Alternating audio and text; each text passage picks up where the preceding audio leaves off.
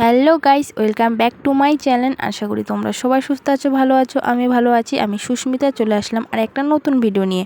তো চলো, আজকের ভিডিও হলো হাঁটাহাঁটি আর কি। তো এত প্রচণ্ড গরম পড়েছে আমাদের দিকে যে থাকা যায় না, ঘরে তো একদমই থাকা যায় না।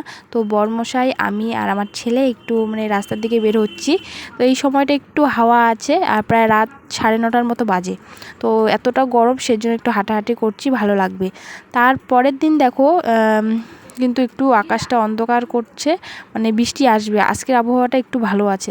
তো এখানে চলে আসছিলাম আর কি ছাদে কিছু জিনিস নিতে আর কি।